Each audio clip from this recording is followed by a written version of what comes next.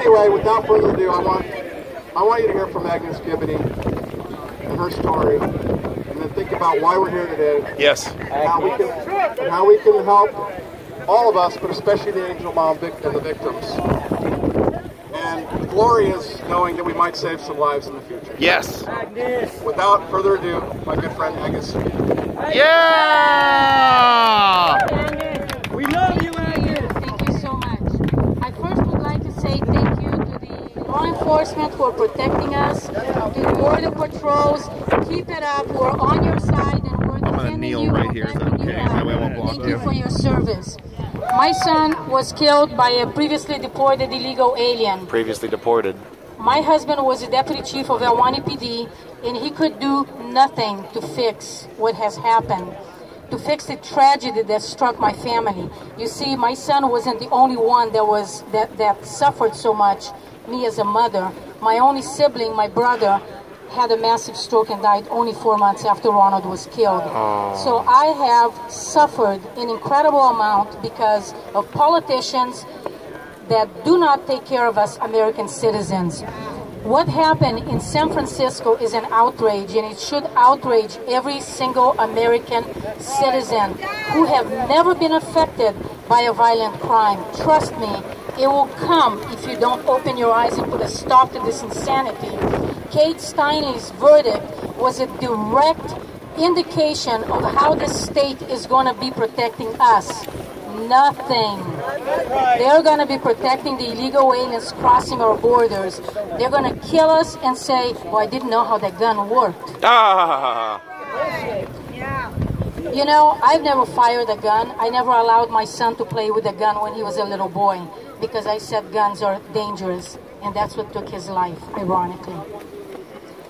But I'm going to get a gun permit just to prove my point to the city, to the state, that I can and I do appreciate my Second Amendment rights. Even though a bullet took my son, everybody should pack a gun. Everybody should have that right. National reciprocity.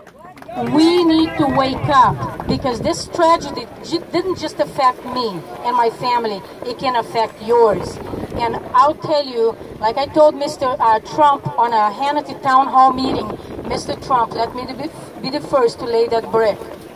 And I would be over there, digging that trench, laying cement. I'll learn whatever needs to be learned to build that wall. And I wish that wall was so high that we couldn't see across.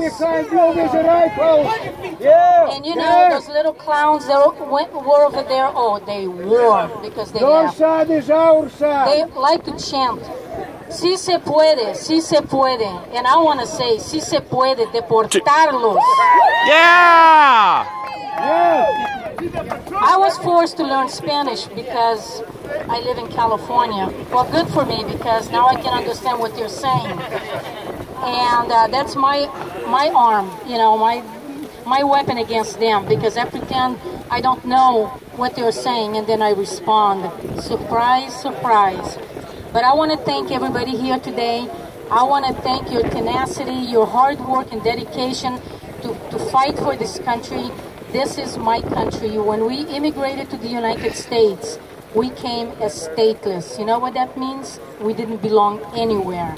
Because when my parents left Hungary as refugees, they took our citizenship away.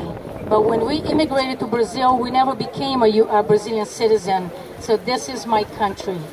And I fight for this country until I take my last breath. And so are you, American citizens, because we cannot let them take over.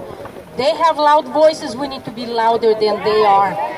And another thing I want to say, Merry Christmas to all. Yeah! Build our wall! Build our wall! Build our wall!